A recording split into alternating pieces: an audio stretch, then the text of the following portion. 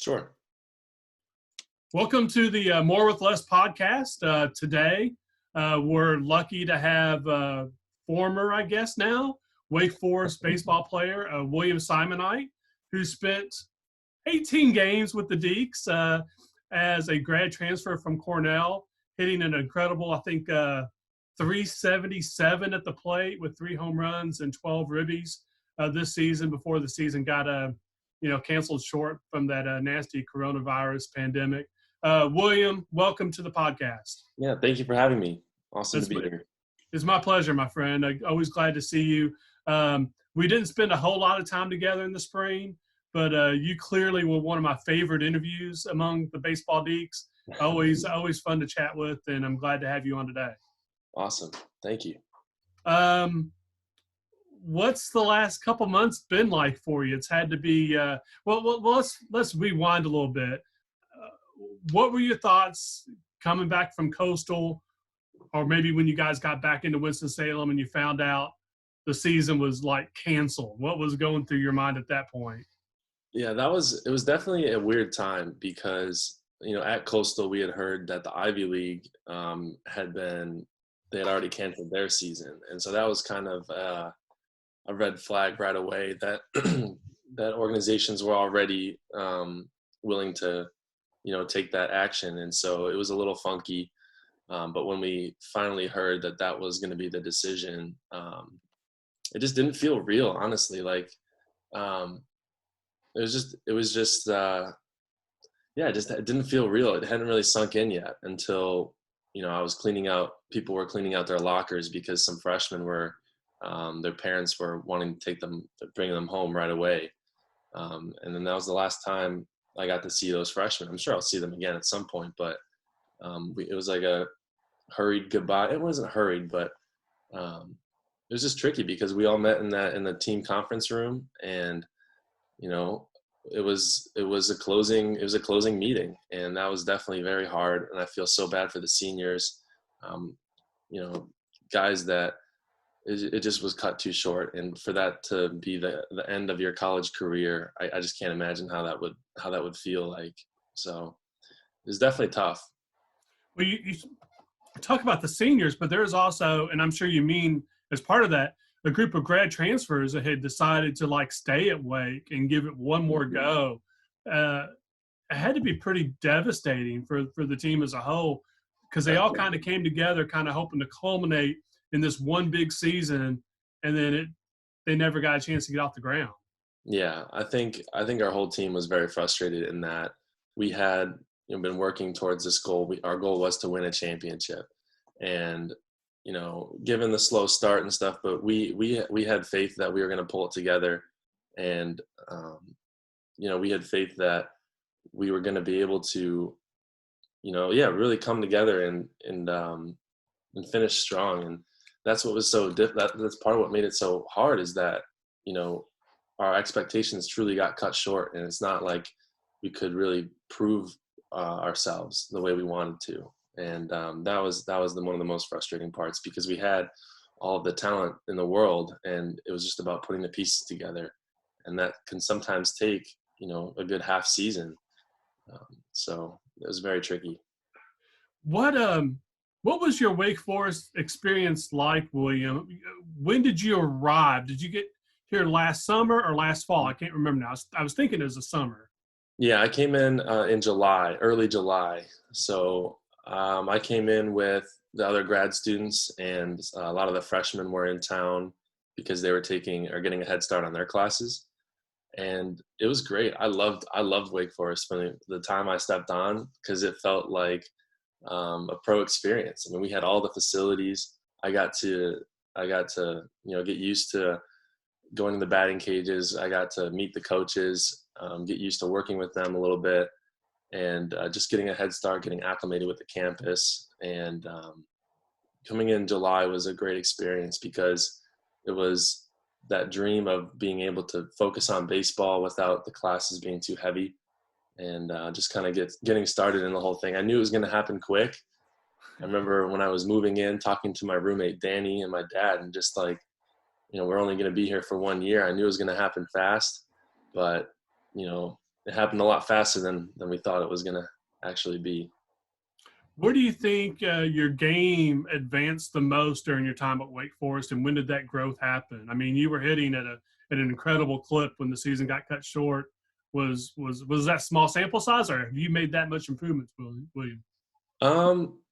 I mean, it is a small sample size, but hopefully that can be something that I can continue to do, is have the success on the field. But I think one of the largest developments in my game has been on the mental side. And now that, doing college, this is technically my fourth year. But just being around and being an older guy,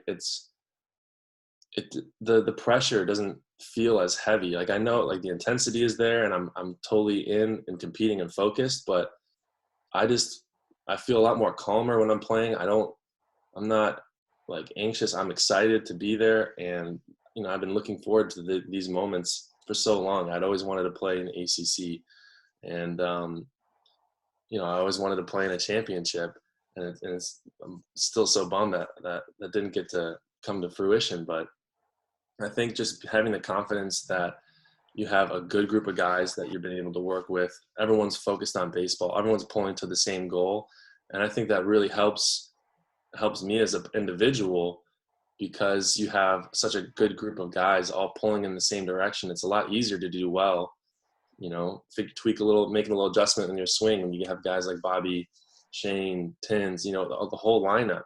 We can help each other and that kind of a thing. And the coaching staff is always willing to throw BP. And so it's the more reps, all of the things. I feel like it's a multitude of factors that kind of played into the success I had. I think from a media perspective, I spend a lot of time talking to Coach Tom Walter. Mm-hmm. But what kind of how can you best explain Bill Salento? People talk about the impact he's had on the hitters. What's Bill Salento like behind the scenes? Behind the scenes, he's always, it's the duo between, and Bill and Joey always bring a fun dynamic, and it's always competitive, and they know how to loosen things up when it's tense, and they know how to get certain guys in the right mindset. And with Billy, it's, you go into the training room, let's say you get to the field early, like he's there on the bike or something like that, and it's just this atmosphere of guys that are willing to go the extra mile just to be there for you, help you become better. You can always talk to him about anything. He's always in the cages, always willing to throw to us. Him and Joey are both awesome with that, always willing to, be there for us after practice, extra reps during practice, anything. So behind the scenes, he's a great guy. I totally appreciate Billy, and I was so happy to, the coaching staff was really what sold me on Wake Forest. And I am so grateful that I made that decision and that I got to work out with these guys. What would you consider your best moment at Wake, William? My best moment at Wake? Man, I feel like, what do you mean by best? You know what I mean? Like, there's just so many different experiences that I'm thankful to have had here. And I'm going to say my walk-off against Louisville, that was so much fun. That was a dream come true to be able to play, an ACC conference, tournament like that. And I, bummed we couldn't have more of those, but I'd say that was my favorite moment, if that makes sense. It makes perfect sense. That's exactly what I would have picked for you. So, you hit a walk-off home run against one of the top teams in the country. That's, that's something to celebrate for sure. What have you been doing the last couple of months? Walk me through the William Simoneit daily routine, weekly routine of this weird pandemic isolation time. What have you been doing to stay in shape, to stay mentally prepared for whatever comes next? Yeah. So when everything kind of got canceled, we had access to the facilities initially. And so I would still go back to the field, and I'd be in the batting cages, do sprints on the field, long toss and all that kind of stuff. But, as things kind of kicked up with the virus and things got a little bit more intense in different parts of the country, our facilities were shut down. And so I had a tough conversation with my parents about deciding to come home, where I knew that I would have more resources potentially to hit more often, because I know some people that might have access to facilities and still social distance, versus being here. Um, it was tricky because, you know, I have a lease here, and I wanted to finish out my school strong and still be able to focus on that side of things. And so I decided to stay near Winston-Salem, and I've been playing catch with Reese Robinson a lot. He's rehabbing his Tommy John, and so we've been able to throw a bunch. Coach Hendricks put me in touch with a high school recruit, and so I've been meeting up with him and going to a high school to hit in the batting cages, and so that's been great. But I think one of the biggest, I guess I don't want to say I guess it's an improvement to my training regimen is incorporating yoga. And I've truly been dedicated to doing yoga every day, at least an hour. I've been doing it a little bit longer, and focusing on my mobility and just improving as an athlete. I figured that since the virus is keeping me off the baseball field, I figured, you know, what can I do to truly make me a better, well-rounded athlete? And for me, that was just overall mobility.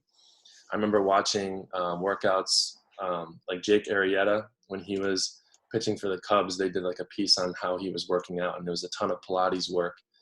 And he was talking about how he was able to make micro adjustments in his pitching mechanics because he felt so strong and mobile. And those are the kinds of things that I'm keeping in mind when I'm doing my yoga practice and doing these intense twists and holding it there. I mean, it's the same thing when you're swinging a bat. It's just more violent. And so if you can become comfortable in a twisted position, you know, your upper body and your lower body are separated. Those are the kinds of things that I think would translate well to the baseball field. And I feel phenomenal. So I'm excited. Isn't yoga one of those fields that can kind of help with both the physical and the mental part of the game? Yes, definitely. And it becomes kind of a meditation in its own way, you know, because you have to focus on your body, and your breathing is a big part of it as well. And it kind of naturally turns into a meditation. And yeah, it's helped a bunch because, you know, I feel at peace with this whole thing because, you know, I know that I worked the hardest I could have ever worked. And, you know, I gave it my all. And if this is what needs to happen, I'm just ready for the next step. And hopefully, you know, baseball is still in my future, and yeah, I don't know what else to do about that. I'm gonna roll with the punches, you know, go with the flow here. What did you end up doing in terms of schoolwork? What did you shoot for in terms of a master's degree? I know you're a graduate student, Mm-hmm. and how did the end of the semester go for you with everything being moved online and all that? Yeah, so You probably didn't have to deal with online classes at Cornell either, I'm assuming. no, I didn't have to take any when I was over there, but a lot of my friends who were still there, you know, everybody across the country made that transition to online courses. And yeah, obviously it's not ideal. It's a little tricky because a lot of the work that we do in our program, in the master's program, is group work. And so you have a work team of 4 to 5 people. And, you know, every time that you want to accomplish something, you generally have to schedule a Zoom meeting like we're doing right now. And so it can be a little tricky and time consuming because we used to be able to accomplish tasks in between classes. You know, you would see each other, you know, in Farrell Hall, versus now every time you wanted to communicate, it was either on the group meet or scheduling a time on Zoom. So it actually felt more time consuming being online because we were trying to create consensus with our group projects. And so that was a tricky adjustment. And, but, you know, I was able to do it, and I felt like I finished strong. I know my peers are excited to finish the way we did. We had a simulation, a whole bunch of other stuff. And so I'm glad that, I'm glad I was able to finish strong and move on to the next chapter of life, I guess. So regardless of what happens moving forward, you have to be pretty proud with what you've accomplished academically, right, in the last 5-6 years. Yeah, I mean, I'm definitely proud of, you know, my academic accomplishments, but, you know, I'm always looking forward. It's almost like now it's like I don't have to not necessarily worry about school, but I can fully dedicate my energy towards professional baseball and just like on my body and what I eat and how would I prepare for myself. I can dedicate all of my energy towards professional baseball versus before, I was being pulled in different directions, being on Zoom and sitting down for multiple hours at a time trying to complete an assignment or a presentation or practice something. That's what I'm most excited for, is that full dedication to baseball and what I love. What does the next steps look like for you, William? I mean, we saw the news. I think it was last week it broke officially that the MLB draft would be just 5 rounds. How does that impact you, and what does a path forward look like for you right now? So, I mean, there's definitely still a lot of uncertainty in how it's going to play out. So we know that the 5 rounds is going to be how it is, but in terms of how they choose to pick players, it's going to be tricky. As a fifth year, I think they see me as like a fifth year. Even though I technically still have a redshirt year, I want to play professional baseball. I don't plan on coming back, finding some degree to take. But you're about to get Deacon Nation and Tom Walter really excited by talking about having another year of eligibility, William. Yeah, I mean, I've had lots of conversations with him, and I bet he and I both think that this would be the best route for me to take, is to pursue professional baseball. He's got a whole mess of things to take care of with a huge roster coming in too. So I think he could figure it out somehow. I'm sure. I'm just guessing. Yeah, but with the conversations I've had with several teams, it's obviously nobody can make any promises, but I'm confident that I'll have the chance to play. Be it, my goal is to get drafted, and hopefully teams would see, recognize the potential I can bring, and I have goals for myself to be in certain places by when I'm 26. Hopefully I can actually contribute to these teams, but it's in terms of leverage, I might just be a senior sign, and that's I'm okay with that. Like, I just want a chance to play. That's always been my goal, is that given that chance, and I'm going to take advantage of it. So I'm not going to be bitter. I'm not going to be salty. I'm excited for this opportunity, and my goal is to get drafted, but who knows? That's kind of out of my control at this point. We already talked about the fact you only had the opportunity to play 18 games for Wake Forest this season. Do you think you were able to do enough to help your prospects with what you did get out of Wake Forest, either through your work in training in the fall and in the spring, coupled with your 18-game track record at Wake Forest? Did you help yourself here? In terms of exposure? Yeah. Oh, definitely. I mean, that's kind of a perk of playing on Wake Forest, is you have guys like Jared Schuster, Cusick, Seymour, Muntz, Lanzilli, all these guys, and many other guys that I haven't mentioned, but, tons of scouts and cross-checkers are at the games watching them. And, it's kind of cool because they may not know who I am, but if I have a good game, they're going to see me play as well. And so that was kind of a cool perk of playing at Wake Forest, is I knew that the exposure was already going to be there, and I just had to play my game and do the best I can do, and that exposure kind of came naturally. And so yeah, I mean, the sample size is small, but I mean, hopefully I made that impression, and and from the feedback I've gotten, I think that I'm in a good spot right now. Where, excuse my ignorance, I apologize for this. Where do you get projected at? Because I know at Wake you played third and catcher, and you played both of them really well. Oh, thank you. Where are you projected at from a draft perspective? So, I mean, I wanted to be seen as a catcher. I think that is how they see me. I know that the teams that I've talked to, like, they have submitted me as a catcher, and I'm glad that that's the case, because I do feel like that is my primary position, and that I can just play the other ones as well. And I think it helps my versatility, being, if I'm hitting well, like, you can stick me, I mean, anywhere in the field. I mean, I haven't tried the outfield in a while, but feel like I could make it happen, but I want to catch and be in that position. So yeah, I think that's it's kind of unique that I can do that, and I'm excited to see how that plays out. Keep working. One thing I picked up on you over the last couple of days, it looks like you played your first baseball game at the age of 3. Is Yeah. that correct? Yeah. So I have an older brother, and he was playing t-ball. I think they were short a couple guys or something like that, and so I put on my dad's old glove that was like the size of my torso, and I was out there playing. I think we were like the Braves or something like that, and I think I just continued playing with them, and then started playing baseball when I was 3. Did you hit a walk-off homer that day too? Oh man, I don't know.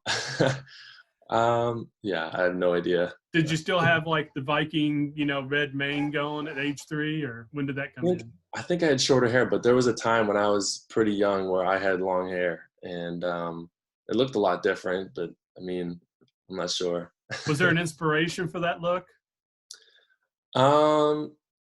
Inspiration. Let's see. My girlfriend always encouraged me to grow it out, but yeah, I don't know. I don't know why I was cutting it. Like I got a buzz cut on the sides or something like that, and then I don't know. I just wanted to be me, and I have all this red hair. Like, why not grow it? And we'll see what happens. I don't know. I'm just trying to be myself. It works. It works. William, do you have any last final messages for Wake Forest fans, for Deacon Nation? I guess as you're kind of saying goodbye to Winston-Salem. I know you're packing up, I believe, Yeah. kind of over this next week or so. Yeah, I would just say I just want to express my gratitude to Deacon Nation about how I just felt so welcome to be here. Everyone was so excited to talk to me after a game or wish me good luck. And, the messages I've got, letters and stuff, people have sent me packages. It's just like, it's overwhelming how much, like, how welcome I feel here. And I'm definitely going to miss that. That's going to be one of the biggest things. And I'm just so grateful to have had this opportunity. And, it's such a bummer that it got cut short. But, yeah, I just want to say thank you to everybody. I mean, to you as well. I mean, you guys have been so kind and giving me opportunities to talk and kind of share my experiences. So I'm very grateful to everybody. Well, it's been a pleasure speaking with you the many times we've had a chance to talk this spring. I wish we would have had more opportunities, obviously. Look forward to seeing how your professional career develops, and hopefully you don't get to be such a big timer that you won't have 5 or 10 minutes for me down the road, William. I'm expecting big things. Thank you very much. Appreciate that. We'll definitely be able to talk.